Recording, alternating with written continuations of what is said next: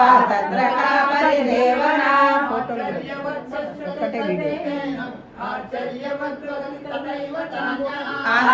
आचार्यवच्चैनमन्यः शृणोति श्रुत्वाप्येनं वेद न चैव कश्चित्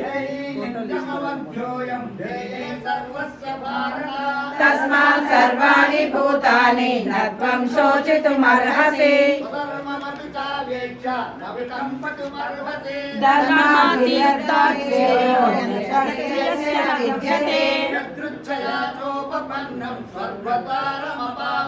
सुखिनः क्षत्रियाः पार्था लभन्ते युद्धमीदृशम्